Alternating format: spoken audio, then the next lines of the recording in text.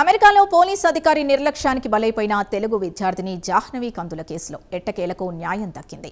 ఆమె మృతికి పరిహారంగా $29 మిలియన్ అంటే మన కరెన్సీలో అక్షరాల 262 కోట్లు ఇవ్వడానికి సియాటెల్ నగరం అంగీకరించింది. దీంతో ఈ వార్త ఇప్పుడు అంతర్జాతీయంగా చర్చనీయాంశంగా మారింది. అయితే ఆమె ప్రాణానికి విలువలేదు, ఒక చెక్ రాసిస్తే సరిపోతుంది అని ఆనాడు జాహ్నవి మరణాన్ని అమెరికా పోలీస్ అధికారి ఎగతాళి చేయగా, నేడు అదే అమెరికా అక్షరాల 262 కోట్ల భారీ నష్టపరిహారాన్ని చెల్లించేందుకు సిద్ధం కావడం గమనార్హం. 40 కిలోమీటర్ల వేగంతో వెళ్లాల్సిన చోట అధికారి 119 కిలోమీటర్ల వేగంతో వెళ్లడమే ఈ ఘోర ప్రమాదానికి కారణమని దర్యాప్తులో తేలడమే ఈ కేసులో కీలక మలుపుకు కారణమైంది. ఇంతకీ ఏం జరిగిందంటే, ఆంధ్రప్రదేశ్లోని కర్నూలు జిల్లాకు చెందిన 23 ఏళ్ల జాహ్నవి కందుల ఉన్నత ఆశయాలతో 2021లో అమెరికా వెళ్ళింది. సౌత్ లేక్లోని నార్త్ ఈస్టర్న్ యూనివర్సిటీలో మాస్టర్స్ డిగ్రీలో చేరింది. అయితే 2023 జనవరి 23వ తేదీ రాత్రి సియాటెల్ వీధుల్లో ఆమె రోడ్డు దాటుతుండగా ప్రమాదం సంభవించింది. విధి నిర్వహణలో ఉన్న పోలీస్ అధికారి కెవిన్ డవే తన పెట్రోలింగ్ వాహనాన్ని అత్యంత వేగంగా నడుపుతూ వచ్చి జాహ్నవిని ఢీకొట్టారు. ప్రమాద తీవ్రతకు ఆమె సుమారు 100 అడుగుల దూరంలో ఎగిరిపడింది. రక్తపు మడుగులో అక్కడికక్కడే మరణించింది.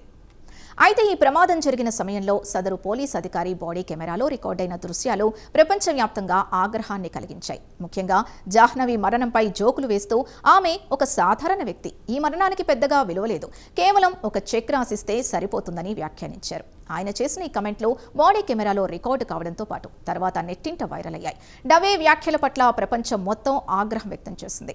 భారత్తో పాటు అమెరికాలోనూ పెద్ద ఎత్తున నిరసనలు వ్యక్తమయ్యాయి. భారత ప్రభుత్వం ఈ విషయాన్ని అమెరికా విదేశాంగ శాఖ దృష్టికి తీసుకెళ్లి తీవ్ర అభ్యంతరాన్ని వ్యక్తం చేసింది.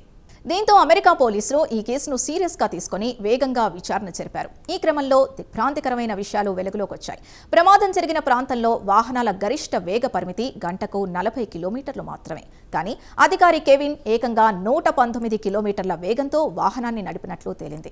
దీంతో ఈ దారుణానికి బాధ్యుడైన కెవిన్ని విధుల నుంచి తొలగించారు. ఈ క్రమంలోనే జాహ్నవి కుటుంబం న్యాయ పోరాటం చేయగా, విచారణ ఎదుర్కోవడం కంటే భారీ పరిహారం చెల్లించి రాజీ పడటమే ఉత్తమమని సియాటెల్ నగర యంత్రాంగం భావించింది.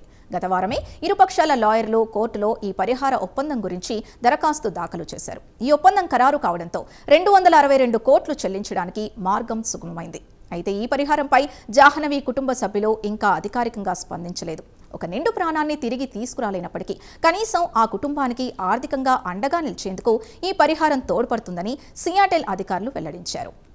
ఈ మేరకు సిటీ అటార్నీ ఎరికా ఇవాన్స్ అధికారికంగా ఒక ప్రకటన విడుదల చేస్తూ ఈ సెటిల్మెంట్ ద్వారా బాధితురాలి కుటుంబానికి కొంతమేరకైనా ఊరట లభిస్తుందని ఆశిస్తున్నట్లు పేర్కొన్నారు.